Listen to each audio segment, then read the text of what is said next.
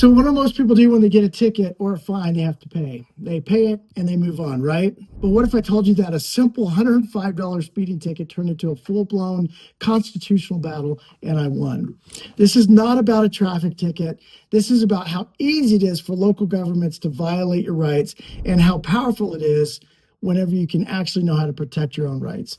So I'm not a lawyer. I'm a business owner. I'm a husband. I'm a father. I just refuse to be bullied into giving up my rights just to make things easy. So in this video, I'm going to show you exactly how I got my case dismissed. I'm going to talk about things that the courts, local court systems don't want you to know, and how you can stand up for your own constitutional rights, even in the smallest of municipal courtrooms. All right, so let me tell you a quick story about how I got the speeding ticket. It was 1 point, $105 fine, but it turned into something a whole lot bigger than I ever imagined. November 26, 2024, and I was driving down a wide open road. It's clearly visible, no traffic, no construction. There was nothing that made the conditions like unsafe. That's when I saw the lights behind me. I got pulled over. The officer walked up, and right away I knew what it was. He clocked me going over the limit. I didn't argue. I was respectful. I gave him my license registration. But the moment he walked away, it just didn't feel right. It wasn't about the $100. It wasn't about the 1 point of my license. It was something a little bit more deeper that just felt off in the way the whole process was handled and the way he explained it to me. But that's really where the story begins, because instead of just paying and moving on like most people do, I decided to get a little deeper. And when the officer handed me the ticket, he told me that this would be a 0-point violation. And nowhere on that ticket does it say it's going to be a 0-point violation. As a matter of fact, right here, it says 1 point. $105. He walked away. No big deal, he said. I trusted that. But later, that's when I actually looked at the citation, and there was nothing on there saying 0 points. So in fact, right there in black and white, it says, here's the fine. So it was going to be 1 point on my license. And some people, they said, gosh, it's just 1 point. That doesn't sound like much. Just pay it. But it wasn't about the point. It was about the truth. It was about the precedents. See, because whenever you lie in a courtroom, that's perjury. But when an officer gives you false and misleading information, the system just quietly lets that slide. And are we supposed to just accept that? That's when I made the decision that I'm not going to just pay this and walk away. I'm going to fight it. Let's talk about what really happened behind the scenes, because if you're ever in this spot, this is exactly where the courts expect you just to roll over and just to pay up. So when I got the ticket, I immediately filed a request for discovery. And in Colorado, it's Rule 216, and it gives you the rights to demand every single piece of evidence that the government might use to try to convict me. The prosecuting attorney shall make available to the defense any material information within his or her possessions to control which tends to negate the guilt of the accused or would be materials to the credibility of the prosecution of the witness. And more importantly, the prosecuting attorney shall provide within 15 days of request copies of all relevant materials or information, including reports, written records, statements, names of witnesses, and any evidence that tends to be used during the trial. So I sent in a certified mail with return receipt required to both the officers, the prosecutor, and the county clerk, because under Rule 216, it doesn't just say, hey, try your best. It says they must disclose all of it, not some of it, not parts that they want you to see, all evidence that would be used against me in trial. This is exercising my due process.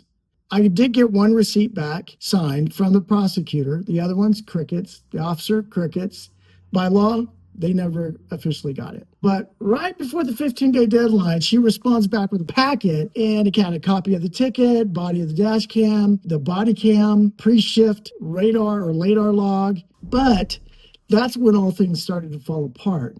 There was no post-shift calibration, and required by the manufacturer manual, the officer's training at the police department, and the National Highway Transportation Association guidelines, they all say that there needs to be a pre and a post-shift survey to make sure that the LiDAR or the radar is tuned and accurate at the beginning of the shift and at the end of the shift. On my day, nothing. That reading, nothing. It could have been off. There was no proof that the LiDAR was showing any accurate information. It could have been compromised, making it inadmissible. So it didn't stop there. I requested the engineered traffic study. So under Colorado Revised Statutes 424-1102, posted speed limits only hold if they're backed by an investigation within 5 years. They sent not one page on that. No study means that the speed limit is suspect. Enforcing it would be unlawful. That's not sloppy, that's illegal. And here's the rest. The officers post certification, a psychological evaluation, radar serial. These are all things that I'm asking for. The maintenance records, the patrol tires, because it can skew the readings, the tires that are on the vehicle, and the manufacturer's manual, the notes, the statements, disciplinary records, zilch.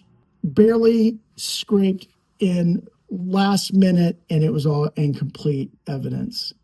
So these weren't necessarily outrageous asks. Everything that I asked for was tied straight to the ticket's accuracy and validity. And even the Supreme Court was crystal clear on this whenever they said failing to hand over any exculpatory evidence, anything that could prove innocent or ding a witness's credibility violates due process. And also in Brady versus Maryland, 373 U.S. 83 in 1963. Suppression by the prosecution of evidence favorable to the accused who has requested it violates due process. So under Rule 216, it's required, not optional, not partial, exculpatory stuff that negates guilt or cuts punishment is mandatory. So I documented every failure of theirs. I prepped my motion for dismiss, and if they cannot meet the law standards, they don't get to enforce them. I did receive a letter back from her, not fixing the gaps. It was condescending. It was threatening. It was smug. This is what she said. You're under no obligation to contest the charge. Like I was wasting her time. And then there was the scare tactics that she said. The trial means court costs, witness fees, officers' overtime, no requests honored without a plea. So basically, shut up and pay, or we'll make your life hell. So that was the gut punch, man. No obligation to provide the rest. Bullcrap. Rule 216 demands all trial evidence. She does not know the officer's plans, and without it, that would be crazy. So she waited right before the deadline, that 15 days they have to turn in, reply back to me, and they give me this partial mess. It'd be like sending a book cover without the book. So this was not justice. This was a $375 an hour contract prosecutor that bills towns, different towns that she worked for, burning taxpayer dollars that could have cost double, triple, or quadruple what the fine was just to muscle me into a guilty plea for some petty ticket. I remember thinking, if the citizens of the town knew how much money she wasted on this case, they would probably be pretty ticked off. But worse, it's the retaliation in her letter, the rejection of the plea. They jacked it up from 1 point to 4 point violation. No new facts, no evidence, just punish me for fighting and flexing my rights. So from 1 point to 4 points is just an outright threat. All right, that's not a strategy. It's called vindictiveness. And it's an unconstitutional power play. The Supreme Court nails it whenever they say the United States Supreme Court versus Goodwin, 457 U.S. 368 in 1982. Upping charges after refusing a plea, it says strong presumption of retaliation. It's also mentioned in North Carolina versus Pierce in 395 U.S. 711 in 1969. Even the appearance of escalation violates due process. It was also mentioned in another Supreme Court hearing in Blackledge versus Perry, 417 U.S. 21 in 1974. You can't punish for defending or appealing. So rooting in the First Amendment, petition our rights, and the 14th Amendment is the due process. The Sixth Amendment is the evidence that we get accessible. They were all trampled, cherry picking and hiding exculpatory evidence and ignoring protocols and court rules. What did I do? No, I didn't fold. I printed everything out, the ticket, the rule books, or their flops, the motions notes. I drove them straight to the courtroom and I hand delivered a motion to dismiss for the lack of discovery and compliance. And also brought with me a motion for judicial review to have a judge review this before the trial. I asked the county clerk as I was filing this information, I said, hey, can I go ahead and get a judicial review on this so the judge can make a ruling before my court next week? She goes, well, I can't give you legal advice. I go, perfect. I'm not asking for legal advice. So I'll just go ahead and submit this to judicial review so the judge has it right now. So I gave him a copy to the judge, the prosecutor, and the clerk. And I logged all of it, got it all signed. And at this point, the officer's out of the equation. It's just between me and the prosecutor. And the prosecutor just figured I would cave.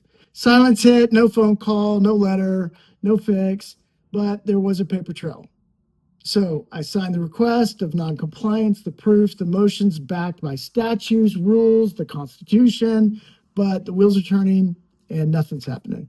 Come to find out, the prosecutor intercepted all of it, ignored the judicial review, never gave it to the judge. I hand delivered it, never docketed it for the judge to review. There was no ruling, no legal limbo.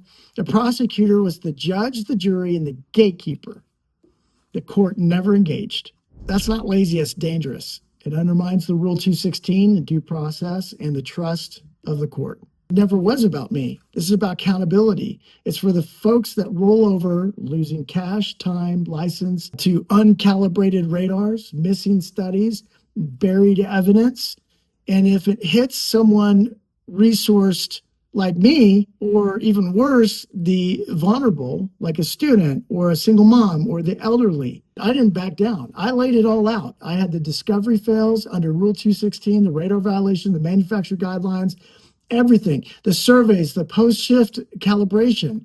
14th Amendment was breached, and it says right there in Blackledge and versus Perry, it was retaliation, weaponizing the process to try to crush any challengers going into court. I filed a review, not for the win, just for the precedent, to fix the policy, to stop citing and punishing for questioning and asking for due process. I was trying to force change so that the next guy doesn't get smashed. They buried the truth, I papered it. They tried to shut me up, I recorded it. They tried to intimidate me, I lawed back. If they can't play by their own rules, they don't get to keep playing. So how does the story end? Well, not with a dramatic courtroom showdown, not with a last minute plea deal, not with me caving in. I never even had to step into a courtroom. Instead, I got a phone call from the county clerk, and she told me very simply, your case has been dismissed and vacated. Just like that, it was like the citation was gone and it never existed. A few days later, I received a letter from the prosecutor herself, and in it confirmed that the case was being dropped. Why? It said because the city would not prevail. Let that settle in for a second. This was not a favor. This wasn't kindness. This wasn't luck. This was the power of due process. That was the result of me filing a legally structured motion to dismiss, quoting their own rules and case law, documenting every failure to comply and not backing down. Over $105 speeding ticket. But it was never about the money. It was about the principle. It's about the Constitution. It's about the rules. Because if they can't play by their own rules, they don't get to keep playing. So some people may ask and say, man, really? All of this over $100 speeding ticket? What a waste of time. Man, you should have just paid it and moved on. Let me answer that as clearly as possible. Was it worth it? Yeah, it was. Because it was never about the money. It was about the principle. It was about the power, the kind that they hope that you don't realize that you have.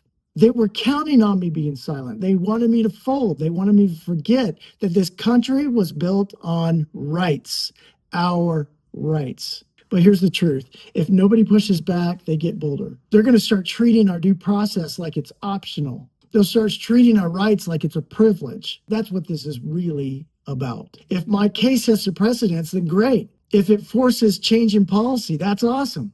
If it helps even one person avoid being bullied into paying a fine that they did not deserve, then it was absolutely worth it.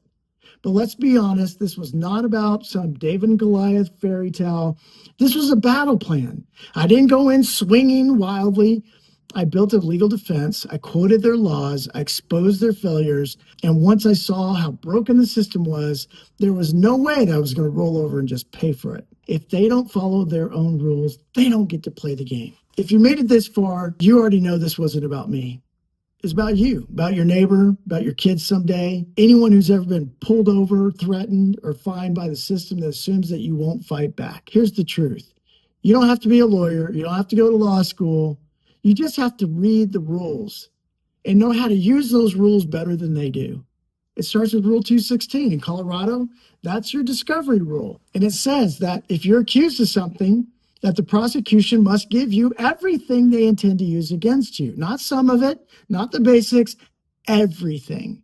Radar logs, officer notes, body cams, even the engineering study that proves that the speed limit is legally justified underneath the law.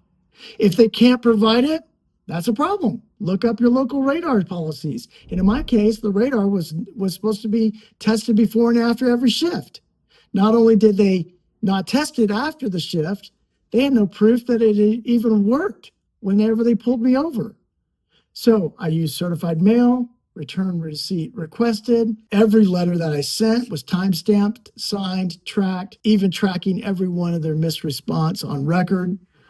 Hold your city accountable. I didn't ask for a private deal. I demanded a judicial review because it wasn't about me. It was about stopping this from happening to other people in the future. Prosecution tried to punish me for retaliation. She tried to threaten me and add points.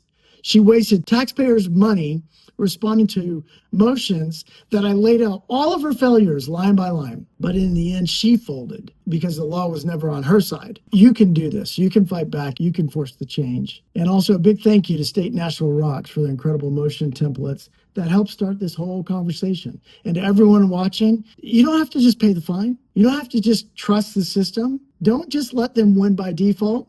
Make them earn it. Thanks for listening. If you want to hear more, like and subscribe. If you like this content, get more of it. Talk to you later.